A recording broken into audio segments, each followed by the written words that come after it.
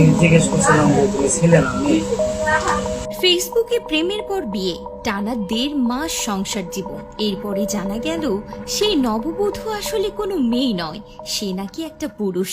কণ্ঠশোনা টের পাইছিলাম, তারপরও ভাবতে পারছেন, ঘটনাটি ঘটেছে রাজবাড়ির গোয়ালন্দে। 1.5 মাস সংসার করার পর জানা গেছে মাহমুদুল হাসান শান্ত যাকে বিয়ে করেছিলেন সেই নববধূ সামিয়া আসলে একজন পুরুষ। শুক্রবার সন্ধ্যায় এই তথ্য প্রকাশ্যে আসতেই এলাকায় ব্যাপক চাঞ্চল্যের সৃষ্টি হয়। স্থানীয় সূত্রে জানা যায়, কথিত সামিয়ার প্রকৃত নাম মোহাম্মদ শাহিনুর রহমান। তিনি চট্টগ্রামে আমতলা ঈদগাহ বউবাজার এলাকার আবুল কাসুমের ছেলে।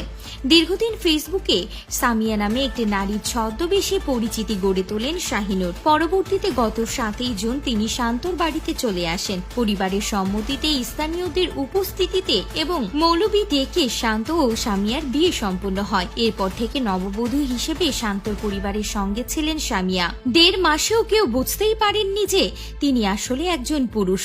তবে সম্প্রতি তার কিছু আচরণ দেখে পরিবার ও শান্তর মনে সন্দেহ তৈরি হয়। শুক্রবার বিকেলে নিশ্চিত হওয়া যায় যে সামিয়া প্রকৃতপক্ষে একজন পুরুষ, কোনো মেয়ে নন। খবর ছড়িয়ে পড়তে এলাকায় হইচই শুরু হয় এবং ঘটনাটি দ্রুত সামাজিক যোগাযোগ মাধ্যমে ভাইরাল হয়ে যায়। শান্ত গণমাধ্যমকে জানান, ফেসবুকের মাধ্যমেই সামিয়ার সঙ্গে আমার পরিচয় হয় এবং প্রেমের সম্পর্ক গড়ে ওঠে। পরে সে হঠাৎ আমাদের বাড়িতে চলে আসে। পরিবারের সিদ্ধান্তে বিয়ে দেয়া হয়। সামিয়ার জাতীয় পরিচয়পত্র না থাকায় কাবিননামা রেজিস্ট্রি করা হয়নি। বিয়ের পর থেকে তার আচরণ রহস্যজনক ছিল। কাছে যেতে চাইলে বলতো আমি অসুস্থ, ডাক্তার নিষেধ করেছে। শান্তর মা মোসাম্মদ সোহাগী বেগম বলেন, একজন পুরুষ মানুষ আমাদের পরিবারের বউ হয়েছিল, অথচ আমরা কিছুই বুঝতে পারিনি। অভিনয় করে আমাদের মন জয় করে নিয়েছিল। ঘটনা প্রকাশ পাওয়ার পর শনিবার সকালে পরিবারের পক্ষ থেকে শাহিনুরকে তার বাড়িতে পাঠিয়ে দেয়া হয়।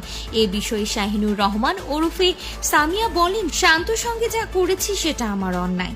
আমার হরমোনজনিত সমস্যা আছে, তাই নিজেকে মেয়ে ভাবতে ভালো লাগে।